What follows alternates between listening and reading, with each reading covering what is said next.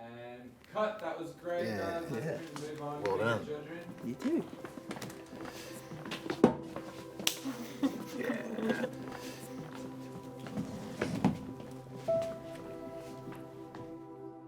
My nephew Kai has autism. He's had it his whole life and he always will. But as we've seen over the past few years, this hasn't stopped him from overcoming some of the biggest challenges of growing up. But he hasn't done it on his own.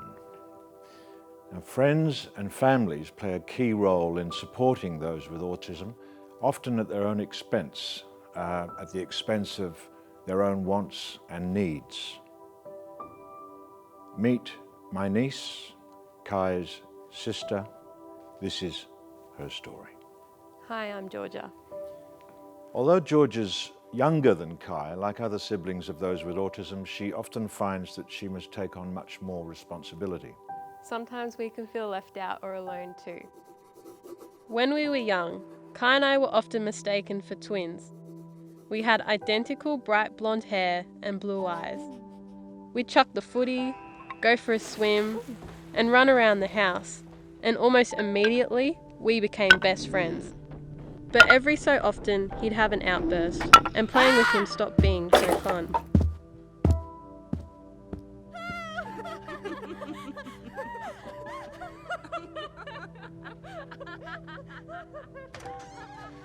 Something as simple as having fun with my friends could make him angry.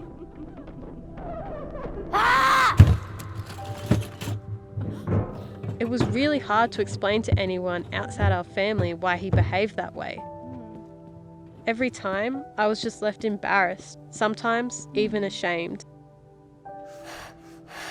Once he was angry, it could mean holes in the walls. Other times, it meant broken windows and us fearing for our own safety. I grew up, and Kai never quite did. Sometimes he'd stop us from being together as a family. We could plan, prep, and be out the door, but Kai could change his mind last minute, and it wasn't worth the risk of a meltdown in public. Sometimes Mum and I would organise mother-daughter time, but seeing the whole family together was rare, and definitely something I feel I missed out on. Kai had trouble in the very social environment of school, while I quickly became comfortable. I found my love for music and sports, while Kai was never able to find his place. I often found myself having to hide things from him to avoid any sort of jealousy. My achievements never felt like they belonged to me. Gee, that sounds like a lot for a young person to deal with all the time. It is. I felt like I was responsible for hiding my own moods to help keep his under control. Mum and Dad would even congratulate me in secret, and that made it all a little less special. But after a couple years, I noticed those things that separated us also kept him from growing close to anybody else. While I had my friends, he didn't have anyone. We were further apart than ever.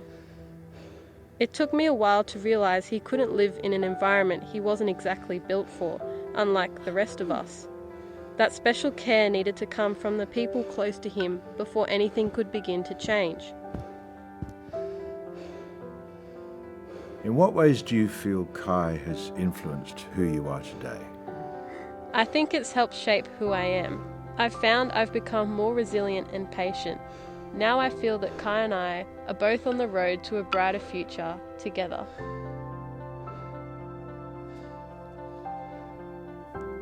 Georgia and the millions of others like her are staggering examples of unconditional love and compassion. However, it's important that they too are cared for and supported by their own network. And then the lives of others like Kai and Georgia will be made a little easier. And you'll be helping some of the most wonderful, loving, and truly honest people on earth. Okay. Yeah. Yeah.